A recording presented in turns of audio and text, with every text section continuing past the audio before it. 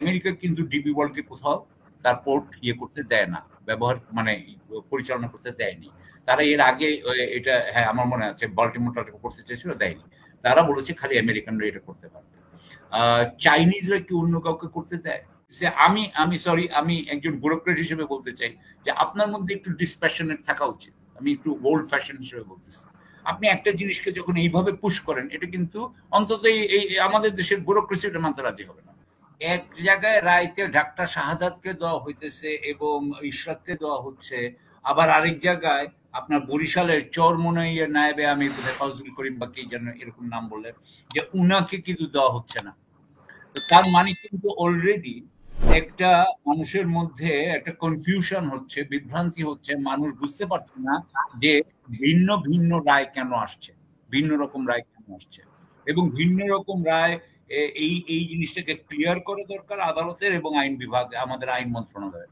এবং আমার মনে হয় যে এইটা আমি আবারও বলেছি, প্রথমেই এটা নিয়ে আলাপ করেছিলাম, মাসুদ ভাই বড় কথা বলেছেন যে ঠিক আছে, আমি বুঝলাম যে এগুলোর মধ্যে অনেক দুর্নীতি হয়, এটা সবাই দখল করে রাখতে চায়, আমরা সবই বুঝেছি।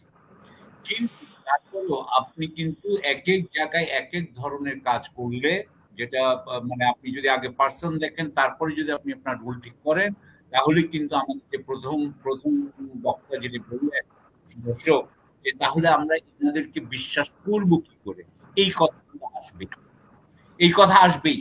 এবং এবং পরের যিনি দর্শক তিনিও যখন এই কথাটা বললেন, উনারও কিন্তু এই প্রশ্ন করার সম্পূর্ণ অধিকার আছে। আমরা কিন্তু উনার এই প্রশ্নের উত্তর দিতে পারি নাই যে আসলেই কেন কোর্ট দুই জায়গায় দুই রকম বলছে। আর আমি একটু বলতে চাই ইয়ের ব্যাপারে, কারণ অবশ্যই নাসির ভাই পোর্টের ব্যাপারে অনেক অনেক ভালো জানেন, কিন্তু আমি একটু অন্যদের কথাই বলি। হ্যাঁ, সাইফ পাওয়ার টেক খুবই খারাপ অবস্থা। তারা ওই 17 বছর ধরে চরম ভাবে অনেক দুর্নীতি করেছে, এই বিষয়ে কোনো সন্দেহ নাই। এখন ব্যাপারটা হচ্ছে কি, যে তাহলে কি আমরা একটা দুর্নীতিগ্রস্ত অর্গানাইজেশন থেকে বাঁচতে হলে আমাদের কি জিনিসটা কি বিদেশি কারো হাতে তুলে দিতে হবে? আমি এটা 1 নম্বর আমার প্রশ্ন। 2 নম্বর প্রশ্ন হচ্ছে কি, যে হ্যাঁ, এটা 90টা দেশে এরকম বা 68টা দেশে বোধহয় ডিপি ওয়ার্ল্ডেরই অপারেশন আছে। কিন্তু একটা জিনিস মনে রাখতে হবে যে আমেরিকা কিন্তু ডিপি ওয়ার্ল্ডকে কোথাও তার পোর্ট করতে দেয় না, ব্যবহার পরিচালনা করতে দেয়নি। তারা এর আগে এটা, হ্যাঁ আমার মনে আছে, বাল্টিমোরটা করতে চেয়েছিল, দেয়নি। তারা বলেছে খালি আমেরিকানরা এটা করতে পারবে। চাইনিজরা কি অন্য কাউকে করতে দেয়? আমার যতদূর মনে পড়ে করতে দেয় না।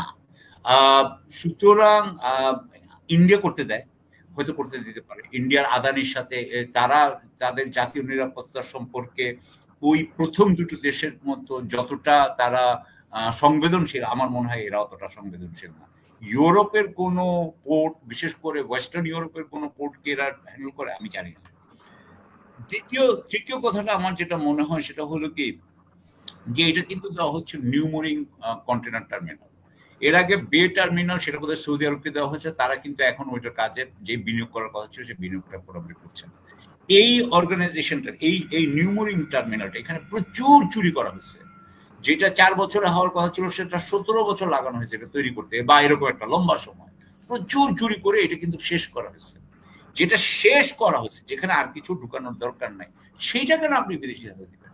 আপনি তো এমন কিছু দিবেন যেখানে বিদেশিরা এসে যেখানে ইনভেস্ট করে আপনার নিয়ে যেতে পারবে, ইনভেস্ট করতে হবে, যেটাতে তাদের ইনভেস্টমেন্ট ছাড়া, তাদের প্রযুক্তি ছাড়া, তাদের নোহাও ছাড়া এটা লাভজনক করা যাচ্ছে না, আমি এটা মনে করি।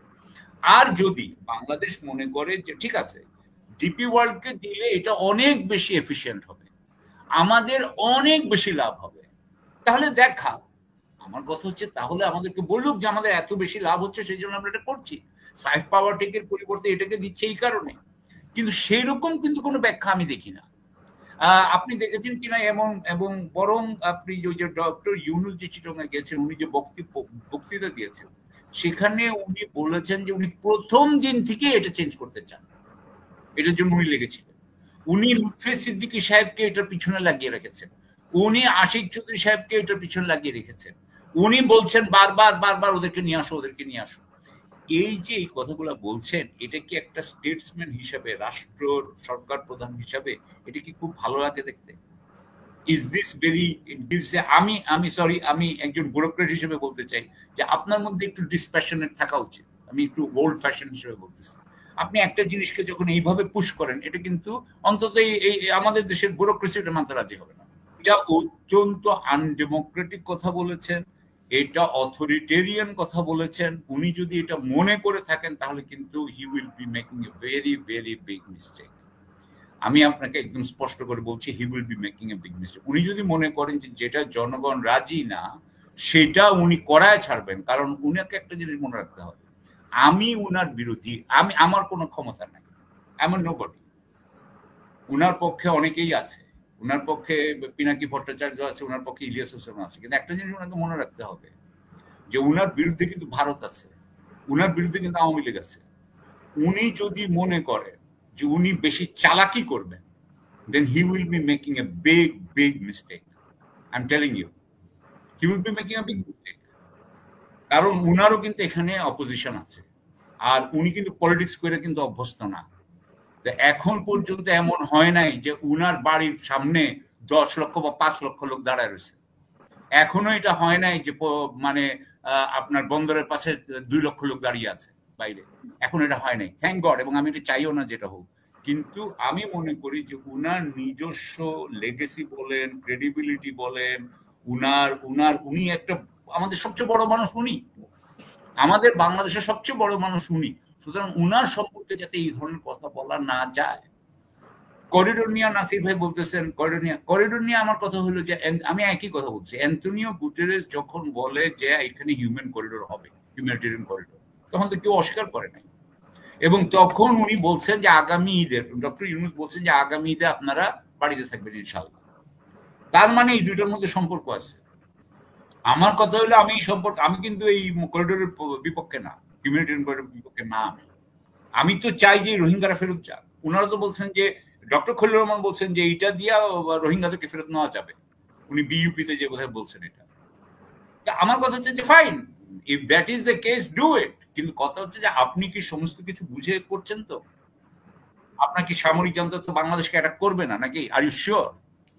আর যদি অ্যাটাক করতে যায় আপনি কি আপনার এয়ার ডিফেন্স ঠিক আছে? আমি এগুলো বলতে চাচ্ছি। চীনের সাথে কি আপনি এটাকে ক্ল্যারিফাই করেছেন? আমি তো দেখলাম যে চীনের সাথে কোনো ক্ল্যারিফিকেশন হয়নি।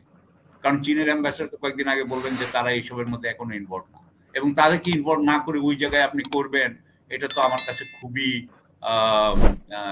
মানে অসম্ভব মনে হয়। এটা করা যাবে না। Very big player.